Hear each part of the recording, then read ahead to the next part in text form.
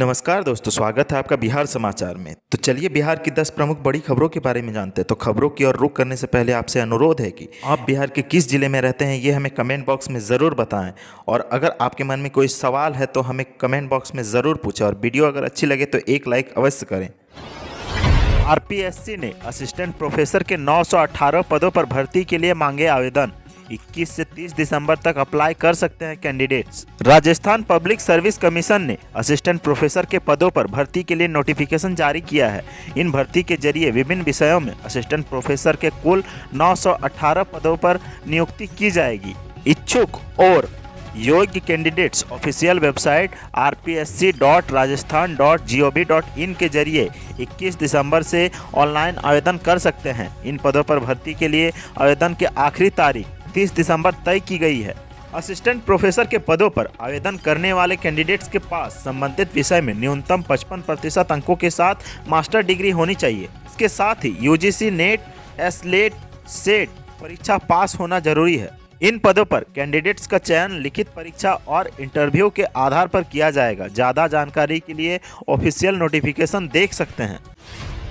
लापरवाही पर बिहार सरकार का बड़ा एक्शन। 21 जिलों के अफसरों के वेतन और मानदेय पर रोक।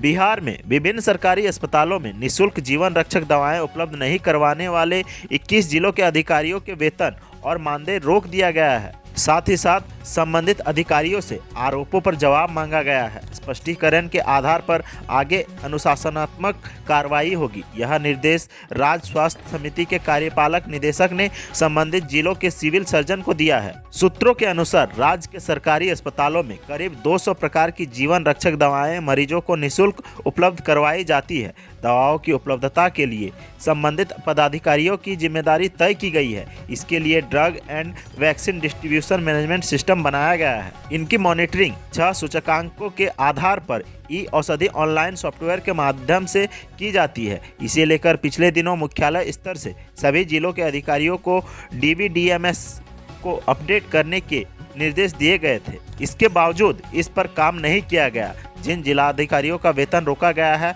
उनके नाम हैं भोजपुर, पश्चिमी चंपारण, समस्तीपुर, औरंगाबाद, नवादा, अररिया, जमुई, बेगूसराय, वैशाली, कैमूर, भागलपुर, शिवहर, मधुबनी, लखीसराय, सुपौल, शेखपुरा, पटना, गया, नालंदा, पूर्णिया और कटिहार। भागलपुर में मिले 2500 साल से ज्यादा पुराने अवशेषों को सीएम नीतीश कुमार ने देखा। जल्द पूरी दुनिया देखेगी। भागलपुर जिले के जयरामपुर के निकट कोसी नदी के दक्षिणी किनारे पर स्थित गुआरीडीह के प्राचीन टीले को देखने रविवार को मुख्यमंत्री नीतीश कुमार पहुंचे। उन्होंने कहा कि गुआरीडीह को ऐतिहासिक स्थल के रूप में विकसित करेंगे। इसके पहले कोसी नदी की धार को मोड़कर टीले और आसपास के 5-6 गांवों को सुरक्षित किया जाएगा। साथ ही खुदाई कर जानकारी हासिल की जाएगी यह ऐतिहासिक स्थल कहां तक फैला हुआ है। सीएम ने कहा कि इसके टीले और अब तक मिले पुरातात्विक अवशेषों को देखने के बाद यह महसूस हो रहा है कि यहाँ जरूर बड़ा इलाका बसा था। ऐसा इसे डेवलप करे कि हमारी ऐतिहासिक विरासत के बारे में दुनिया जाने। दिवंगत अभिनेता सुशांत सिंह राजपूत के पिता अस्पताल में भर्ती। पटना में सलामती की दुआ मांग रहे हैं फैंस। दिवंगत अभिनेता सुशांत सिंह राजपूत की मौत के बाद उनका पूरा परिवार दुख में है। सदमे से घिरे उनके पिता के सिंह को रविवार चेस्ट पेन के बाद फरीदाबाद के एशियन अस्पताल में भर्ती कराया गया। राहत की बात है कि उनकी स्थिति में सुधार है। जाने माने फोटोग्राफर विरल भयानी ने इंस्टाग्राम पर अस्पताल में भर्ती के सिंह की तस्वीर पोस्ट की है। बिहार सहित पूरे देश में सुशांत को चाहने वाले लोग उनके जल्द ठीक होने की प्रार्थना कर रहे हैं। उनकी देखरेख सुशांत की बहनें प्रियंका व मीतू सहित परिवार के अन्य लोग कर रहे हैं। 30 हाई स्कूल के छात्रों को नहीं मिलेगा एडमिट कार्ड। बिहार बोर्ड ने 10वीं परीक्षा से पहले किया ये नोटिस जारी। बिहार विद्यालय परीक्षा समिति ने राज्य के 14 जिलों के 30 हाई स्कूलों को नोटिस जारी किया है। बोर्ड ने अपने नोटिस में कहा है कि स्कूल द्वारा अब तक सेंटअप परीक्षा का रिजल्ट नहीं भेजा गया है, जिसके कारण छात्रों को एडमिट कार्ड नहीं भेजा जाएगा। इस नोटिस के बाद हाई स्कूल के छात्रों के बीच हड़कंप मच गया है। मिली जानकारी के मुताबिक सूबे के 14 जिलों के 30 हाई स्कूलों ने 10वीं के सेंटअप परीक्षा का रिजल्ट बिहार विद्यालय परीक्षा समिति को नहीं भेजा है। रिजल्ट नहीं आने पर बिहार बोर्ड ने इन स्कूलों को नोटिस और जिला शिक्षा अधिकारी को पत्र भेजा है। इन स्कूलों में मुजफ्फरपुर जिले का भी एक भोला सिंह हाई स्कूल का नाम है। बिहार बोर्ड ने कहा कि बिना सेंटअप रिजल्ट के इन स्कूलों के छात्रों को एडमिट कार्ड जारी नहीं किया जा सकता है। बोर्ड ने कहा कि 21 दिसंबर तक स्कूल अपने रिजल्ट बिहार बोर्ड को भेजे। इन स्कूलों में सीतामढ़ी के 3, मधेपुरा का 1, पश्चिम चंपारण के 2, दरभंगा का 1, मधुबनी का 2, समस्तीपुर के 5, पटना के 2, नालंदा का 1, रोहतास के 3, कैमूर के 3, अरवल के 4 और सिवान के 2 स्कूल शामिल है। शीतलहर से ठिठुरा बिहार, गया सबसे ठंडा तो पटना भी जम गया। शीतलहर ने पूरे बिहार को अपनी चपेट में ले लिया है। बर्फीली हवाओं के कारण सूबे में पारा लगातार नीचे गिरा जा रहा है। रविवार को गया सबसे ठंडा रहा। गया का न्यूनतम तापमान 4.3 डिग्री सेल्सियस दर्ज किया गया, जबकि पटना में नीचे का पारा 7.8 जा पहुंचा। राज्य के कुल 13 जिलों में आए आंकड़ों के मुताबिक वहां न्यूनतम तापमान 9 डिग्री सेल्सियस से नीचे रिकॉर्ड किया गया है। ज्यादातर जगहों पर अधिकतम तापमान 20 डिग्री या फिर उससे नीचे रिकॉर्ड किया गया है। मौसम विभाग से मिली जानकारी के मुताबिक अधिकतम तापमान और न्यूनतम तापमान के बीच कम हुए फर्क की वजह से डे कोल्ड कंडीशन देखी गई है। पटना में अधिकतम तापमान 20.4, गया में 21 डिग्री सेल्सियस और मुजफ्फरपुर, छपरा, दरभंगा, मधुबनी जैसे जिलों में 17 डिग्री सेल्सियस के आसपास रिकॉर्ड किया गया। दाखिल खारिज कराने के लिए लगेगा कैंप, सभी अंचलाधिकारियों को दिया गया निर्देश। जमीन का म्यूटेशन यानी कि दाखिल खारिज कराने के लिए अंचलाधिकारियों को कैंप लगाने का निर्देश दिया गया है।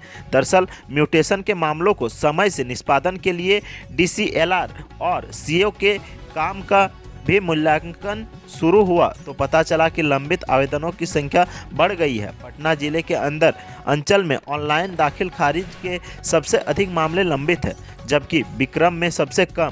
पटना सदर में 21% आवेदन पर कार्रवाई नहीं हो सकी है, जबकि विक्रम में मात्र 6% आवेदन का निपटारा नहीं हो पाया है। पटना जिले में अब तक कुल 2,84,529 ऑनलाइन दाखिल खारिज के आवेदन प्राप्त हुए थे। इसमें 1,48,666 आवेदनों को स्वीकृत कर दिया गया है और 96,668 आवेदनों को अस्वीकृत कर दिया गया है। इसके साथ ही 39,195 आवेदन यानी 13.78% मामले लंबित हैं। यह जानकारी जिलाधिकारी कुमार रवि को शनिवार को ऑनलाइन दाखिल खारिज मामलों के कार्यों में प्रगति लाने के लिए सभी DCLR व अंचलाधिकारी के साथ बैठक में हुई। इस दौरान जिलाधिकारियों ने सभी लंबित मामलों को निपटाने के लिए अंचलाधिकारियों को हर अंचल में कैंप लगाने का निर्देश दिया है और 31 दिसंबर तक कार्य पूरा करने को कहा गया है। कोरोना काल में नया रिकॉर्ड, पटना हाईकोर्ट के चीफ जस्टिस की बेंच ने की सबसे ज्यादा मामलों की सुनवाई। कोरोना काल में पटना हाईकोर्ट का कामकाज लंबे वक्त तक बंद रहा, लेकिन इसी दौरान पटना हाईकोर्ट के चीफ जस्टिस संजय करोल की खंडपीठ ने एक नया रिकॉर्ड बना दिया। चीफ जस्टिस की 2 सदस्यीय खंडपीठ ने वीडियो कॉन्फ्रेंसिंग के जरिए सुनवाई में नया रिकॉर्ड बनाया है। खंडपीठ ने कामकाज वाले दिन 100 से ज्यादा मुकदमों की सुनवाई की है और कई मामलों को अंतिम रूप से निष्पादित भी किया है। केवल उत्पाद अधिनियम से जुड़े 4000 मुकदमे इसमें खंडपीठ ने कोरोना काल के दौरान निपटा दिए हैं। कोरोना काल के दौरान वीडियो कॉन्फ्रेंसिंग के जरिए चीफ जस्टिस ने लगातार अपने बेंच में मामलों की सुनवाई करते रहे। इस दौरान साल 2018-19 के कुल 93 मुकदमे ही लंबित बचे हैं। खास बात यह है कि वर्चुअल कोर्ट के दौरान चीफ जस्टिस के बेंच सुबह 10:30 से शाम 4:15 तक कार्यवाही करती रही। इसका फायदा उन वकीलों और वकीलों को मिल रहा है जिनके मुकदमे इसमें खंडपीठ में लंबे समय से लिस्टेड नहीं थे। चीफ जस्टिस की बेंच ने जिस तरीके से मामलों का निपटारा किया है उसे देखते हुए हाईकोर्ट के कई वरीय अधिवक्ताओं का मानना है कि बाकी जजों को भी इसी तर्ज पर सुनवाई करनी चाहिए थी। समीक्षा बैठक के पहले तेजस्वी की नीतियों पर सवाल, भोला यादव के बाद सिद्दीकी ने भी लालू को किया याद। बिहार में सत्ता की कुर्सी से दूर रहने के बाद तेजस्वी यादव अब विधानसभा चुनाव में हार की समीक्षा करने जा रहे हैं। तेजस्वी यादव ने सोमवार को अपनी पार्टी की समीक्षा बैठक बुलाई है। इस बैठक में तमाम विधायकों और विधानसभा उम्मीदवारों के साथ इस बात पर चर्चा करेंगे कि आखिर पार्टी उम्मीद के मुताबिक प्रदर्शन क्यों नहीं कर सकी। लेकिन समीक्षा बैठक के ठीक पहले आरजेडी में तेजस्वी यादव की नीतियों को लेकर सवाल उठने शुरू हो गए हैं। आरजेडी सुप्रीमो लालू यादव के हनुमान कहे जाने वाले भोला यादव ने विधानसभा चुनाव में पार्टी के प्रदर्शन को लेकर जो बयान दिया उसमें लालू यादव को याद करना नहीं भूले। भोला यादव ने दो टूक शब्दों में कहा कि लालू यादव अगर विधानसभा चुनाव के दौरान मौजूद होते तो प्रदर्शन कुछ और होता। भोला यादव के बाद अब आरजेडी के वरिष्ठ नेता अब्दुल बार सिद्दीकी ने भी कुछ ऐसा ही बयान दिया है। उन्होंने कहा कि लालू यादव की कमी चुनाव के दौरान खली,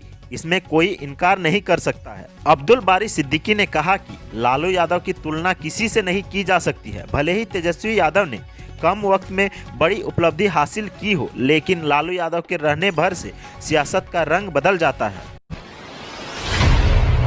अब बात करते हैं सबसे अंतिम खबर की। तो बिहार में मिले कोरोना के 599 नए मरीज। राज्य में पॉजिटिव मरीजों का आंकड़ा पहुंचा 2,47,244। बिहार में कोरोना संक्रमण की रफ्तार अब धीमी हो गई है, लेकिन इसके बावजूद भी हर रोज हजारों की संख्या में पॉजिटिव मरीज मिल रहे हैं। स्वास्थ्य विभाग की ओर से ताजा अपडेट जारी की गई है। इस अपडेट के मुताबिक बिहार में 599 लोग कोरोना पॉजिटिव मिले हैं। इसके साथ ही राज्य में कोरोना संक्रमितों की संख्या बढ़कर 2,47,244 हो गई है।